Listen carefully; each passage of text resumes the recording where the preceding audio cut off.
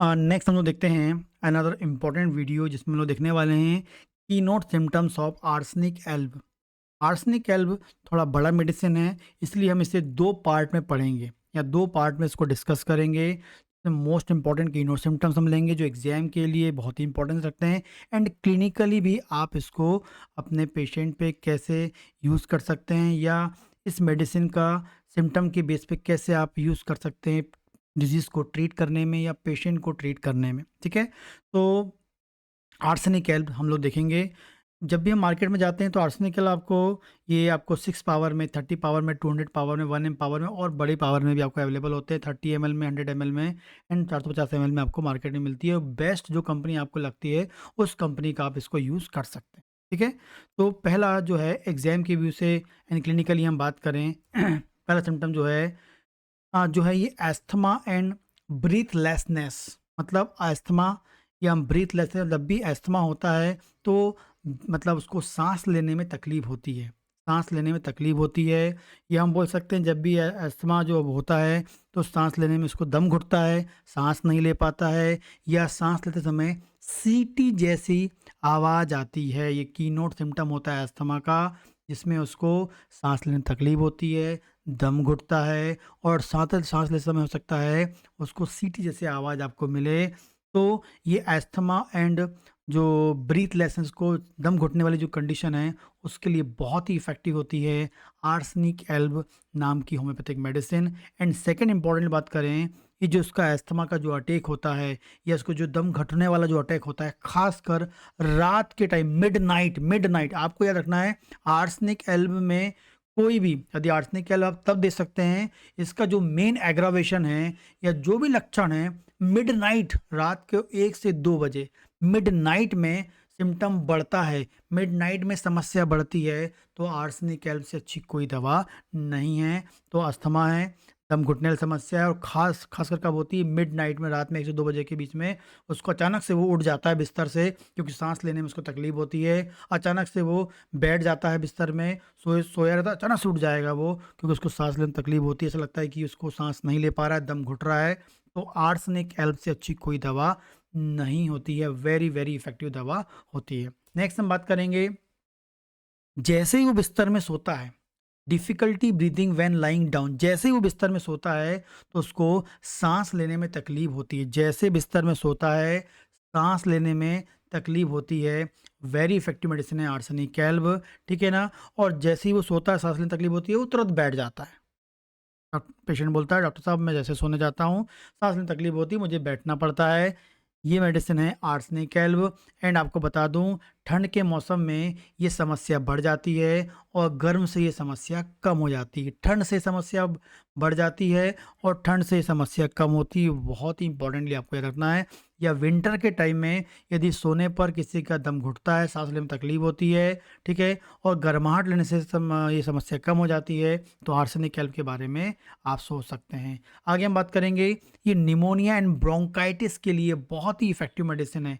Pneumonia and bronchitis के लिए बहुत ही इफेक्टिव मेडिसिन है, बहुत ही फ़ायदेमंद मेडिसिन है। निमोनिया मतलब होता है inflammation of parenchyma of lungs. आपके जो लंग्स की जो पेरेन्काइमा है उसमें इन्फ्लामेशन हो गया है due to bacteria and virus या बैक्टीरिया के कारण जब इन्फेक्शन होता है तो आपकी जो लंग्स की पेरेन्काइमा होती है उसमें इन्फ्लामेशन हो जाता है, जिसमें हम बोलते हैं निमोनिया। एंड ब्रोंकाइटिस मतलब क्या होता है, जो आपके ब्रोंक्यूल्स होते हैं यदि उसमें इन्फ्लामेशन हो जाए, उसमें सूजन आ जाए, उसमें स्वेलिंग हो जाए ड्यू टू इन्फेक्शन, चाहे बैक्टीरिया हो चाहे वायरल, उससे हम बोलते हैं ब्रोंकाइटिस। तो जब कभी भी निमोनिया होता है, जब कभी भी ब्रोंकाइटिस होता है, तो वेरी वेरी इफेक्टिव मेडिसिन होती है आर्सेनिक एल्ब, आपको याद रखना है, ठीक है। लंग्स के अंदर इन्फ्लामेशन इन्फेक्शन के कारण तो निमोनिया बोलेंगे, लेकिन जो ट्यूब बनी हुई है ब्रोंका जिसे हम बोले से एयर जाती है, वहाँ पर इन्फ्लामेशन हो जाता है, उसे क्या बोलेंगे, ब्रोंकाइटिस हम बोलेंगे। जब भी किसी को निमोनिया ब्रोंकाइटिस होता है तो उसमें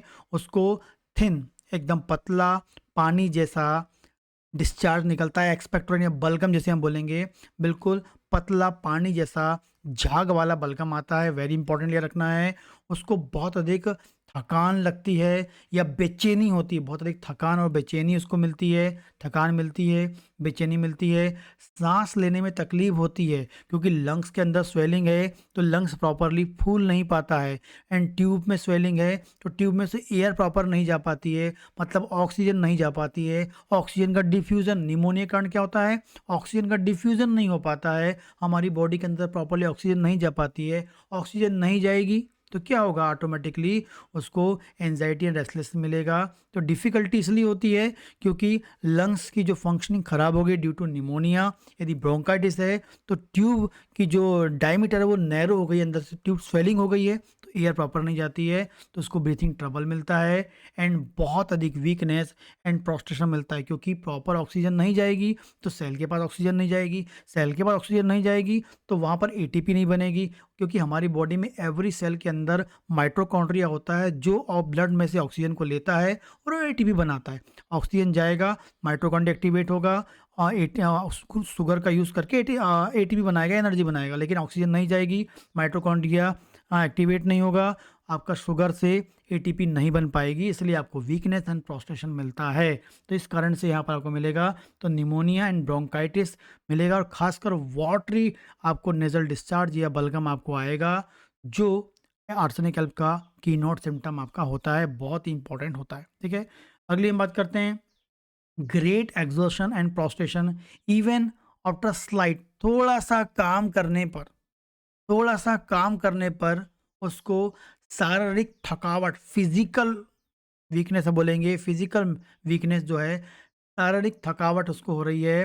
ठीक है, बहुत ही थका हुआ है और वो कैसा है, बहुत ही थक जाता है, कमज़ोर लगता है, थोड़ा सा काम करने में थकान हो जाए, थोड़ा सा काम करने में उसको वीकनेस लगने लगे तो आप सोच सकते हैं बहुत ही इंपॉर्टेंट मेडिसिन है आर्सेनिक एल्ब। ठीक है, आगे हम बात करते हैं अ, बहुत ही इफ़ेक्टिव होती है किसमें, यदि किसी पेशेंट को शॉक शॉक ठीक है, डिहाइड्रेशन एंड हैमरेज, जब भी हम हैमरेज की बात करते हैं मतलब हमारी बॉडी से ब्लड लॉस हो रहा है, जब भी हम डिहाइड्रेशन की बात करते हैं हमारी बॉडी से पानी लॉस हो रहा है, जब भी हम शॉक की बात करते हैं, इन तीनों कंडीशन में एक ही चीज़ होती है, हमारी बॉडी के अंदर सेलुलर लेवल पे, सेल लेवल पर ऑक्सीजन की कमी हो जाना। ठीक है, हैमरेज होगा, ब्लड लॉस होगा तो ब्लड का वॉल्यूम कम होगा, डिहाइड्रेशन होगा, पानी लॉस होगा तो आपकी बॉडी का जो 5 लीटर ब्लड है उसका ब्लड का जो वॉल्यूम है वो कम हो जाएगा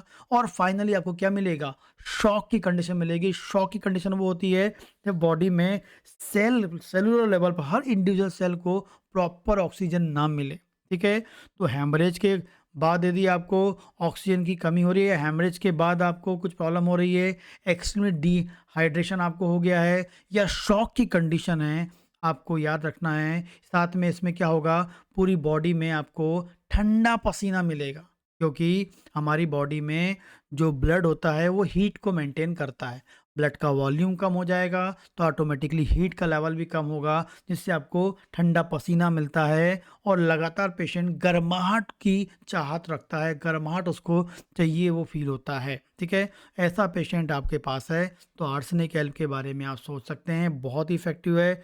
शॉक, हैमरेज, डिहाइड्रेशन, हैमरेज होगा तो शॉक हो सकता है, डिहाइड्रेशन होगा लगातार आपको वॉमिटिंग हो रही है, लूज मोशन हो रहा है, पानी कम पी रहे हैं, ऐसे एरिया में जहाँ पर बहुत अधिक गर्मी है तो ऑटोमेटिक बॉडी डिहाइड्रेट होगी तो ऑटोमेटिकली बॉडी का वॉल्यूम कम होगा, ब्लड का वॉल्यूम कम होगा और शॉक मतलब आपकी बॉडी में ऑक्सीजन जो है सेल लेवल तक नहीं पहुँच पाएगी क्योंकि ब्लड का वॉल्यूम कम हो गया है, जिससे आपको बॉडी में कोल्ड पसीना भी साथ में मिलेगा और लगातार आपको वार्म के डिज़ायर होती है।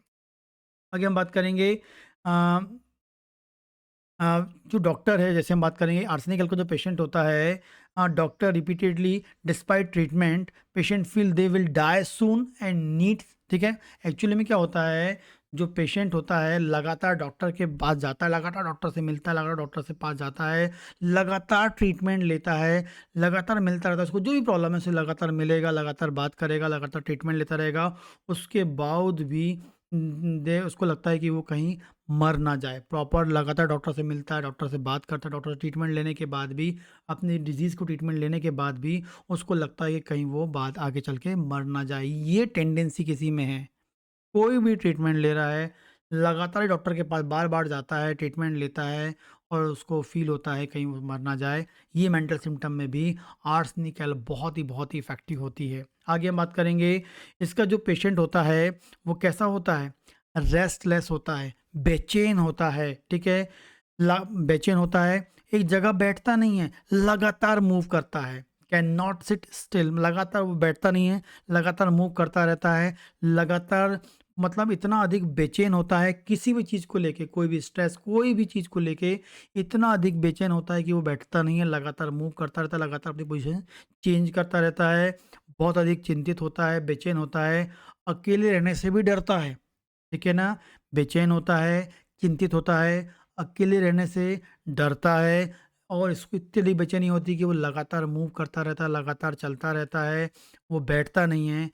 तब भी आप सोच सकते हैं आर्सेनिक हेल्प के बारे में, बहुत ही इफ़ेक्टिव कंडीशन होती है, वो इफ़ेक्टिव मेडिसिन होती है इस प्रकार की कंडीशन के लिए, ठीक है?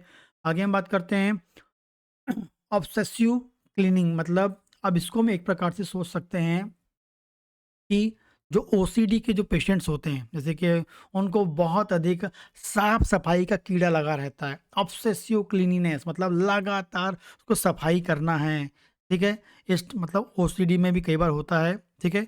तो इसमें भी आप यूज़ कर सकते हैं यदि सिम्टम मिलता है कि बहुत अधिक क्लीनिंग, ऑब्सेसिव, अत्यधिक ज़्यादा से अधिक क्या कर रहा है वो, सफाई के बारे में सोचता है, लगातार सफाई करता रहता है, उसमें ये आदत है, बहुत ही ज़्यादा है, तब आर्सेनिकल सोच सकते हैं, ठीक है? परफेक्ट जो होता है, बिल्कुल उसको ये यहाँ पर लगा होना चाहिए, ये ऐसा होना चाहिए, एकदम परफेक्टली अरेंज होना चाहिए, वैसी उसको कुछ है, उसके दिमाग मतलब उसकी नेचर ही वैसा है, ठीक है? तब आप सोच सकते हैं आर्सेनिक हेल्प, ठीक है? फ़ियर ऑफ जर्म्स मतलब ऐसे या गंदगी जो है, ये खराब कंटामिनेटेड फूड है या कुछ गंदगी वाली चीज़ है या जर्म्स हैं कहीं उसमें, उससे उसको डर होता है कि भाई कहीं कहीं जा रहा है और गंदगी उसके कहीं कपड़ों में ना चिपक गई हो, तो आके तुरंत साफ करेगा। हो सकता है फर्श को बार बार साफ करेगा, बार बार हाथ धुलेगा, ऐसा भी हो सकता है क्योंकि उसको लगता है कि हाथ में गंदगी तो नहीं लगी है, ऐसी बार बार उसको, कि उसको डर के कारण डर डर होता है उसको, ठीक है? गंदी चीज़ का डर होता है, ठीक है? डर्टी चीज़ जो हम बोलेंगे या जो जर्म्स होते हैं, जो इन्फेक्टिव मटेरियल, उनसे उनको डर होता है, तब भी आप सोच सकते हैं आर्सेनिक हेल्प के बारे में सोच सकते हैं, ठीक है ना? इसके अलावा वो फेस्टिडियस होता है, ठीक है? नकचढ़म जैसे बोले फेस्टिडियस होता है, ठीक है? आलोचनात्मक होता है, क्रिटिकल्स होता है एंड हाईली ऑर्गेनाइज्ड, अत्यधिक ऑर्गेनाइज्ड होता है, प्रॉपरली अरेंज्ड, उसको सब कुछ चाहिए होता है, ऐसी कंडीशन में भी आप आर्सेनिक हेल्प के बारे में सोच सकते हैं, ठीक है? आगे हम बात करते हैं गैंग्रीन। गैंग्रीन के लिए भी आर्सेनिक हेल्प बहुत ही इफ़ेक्टिव है, ठीक है? क्योंकि आपको बताया मैंने ऊपर, शॉक की कंडीशन है, मीन्स सेल लेवल पर ऑक्सीजन की कमी हो रही है क्योंकि सेल को काम करना है, एवरी सेल को काम करने के लिए वो खुद की एटीपी बनाती है, खुद की एनर्जी बनाती है, ऑक्सीजन का के द्वारा माइटोकॉन्ड्रिया एक्टिवेट होता है और उस ग्लूकोज का यूज़ करके एनर्जी बनती है। लेकिन यदि प्रॉपर ऑक्सीजन नहीं जाएगा सेलुलर लेवल पे, सेल की फंक्शनिंग खराब होगी, सेल में एटीपी नहीं बनेगी, सेल डेड हो जाएगी और वहाँ गैंग्रीन, आपको नेक्रोसिस एंड गैंग्रीन मिलेगा। तो गैंग्रीन कंडीशन के लिए भी आर्सेनिक हेल्प बहुत ही इफेक्टिव है, खासकर जिस पार्ट में गैंग्रीन हो रहा है या आपको ब्लैकिश डिस्क, आपको पार्ट बॉडी के डिफरेंट पार्ट में या कहीं पर भी ब्लैकिश डिस्कलरेशन मिल रहा है, टिश्यू में ब्लैक कलर आ रहा है, टिश्यू में गैंग्रीन हो रहा है, तब भी आप आर्सेनिक हेल्प के बारे में सोच सकते हैं। विथ बर्निंग सेंसेशन आपको वहाँ मिलता है, याद रखना है, blackish discoloration of affected part with the burning sensation आपको वहाँ मिलेगा। गैंग्रीन वाली जो बात कर रहे हैं, या गैंग्रीन होगा वहाँ बर्निंग सेंसेशन आपको मिलना बहुत ज़रूरी है, तभी आप आर्सेनिक हेल्प के बारे में सोच सकते हैं। नेक्स्ट हम बात करेंगे एक्जिमा। ये एक्जिमा के लिए भी बहुत ही इफ़ेक्टिव दवा है, बहुत ही फ़ायदेमंद दवा है, वेरी वेरी इफ़ेक्टिव वर्क करती है। ड्राई एक्जिमा हो या जहाँ पर एक्जिमा है वहाँ की पपड़ी बार बार निकल रही, स्किन टूट टूट के, जहाँ एक्जिमा है ड्राई एक्जिमा में काम करती है, जहाँ एक्जिमा हुआ है वहाँ की स्किन क्या है, पीलिंग ऑफ स्किन जो है, स्किन जो है टूट टूट के झड़ रही है, आपको याद रखना है। इसके अलावा ईचिंग होती है, बर्निंग होती है और गर्म चीज़ से वहाँ पर ईचिंग बर्निंग कम हो जाती है, एक्जिमा के जो सिम्टम्स कम हो जाते हैं। तो एक्जिमा में काम करता है, ड्राई एक्जिमा में काम करता है। एक्जिमा में या एक्जिमा वहाँ से स्किन टूट टूट के निकल रही है, वहाँ ईचिंग होती है, बर्निंग पेन वहाँ पर होता है और हीट से या गर्माहट से उसमें कमी आती है तो आप सोच सकते हैं आर्सेनिक एल्ब। ये मोस्ट इंपॉर्टेंट कुछ कीनोट सिम्टम्स हैं किसके, आर्सेनिक एल्ब के। ये पार्ट 1 है, पार्ट 2 हम लोग नेक्स्ट वीडियो में देखने वाले हैं। और कुछ क्वेश्चन हैं तो आप मुझे कमेंट करके पूछ सकते हैं।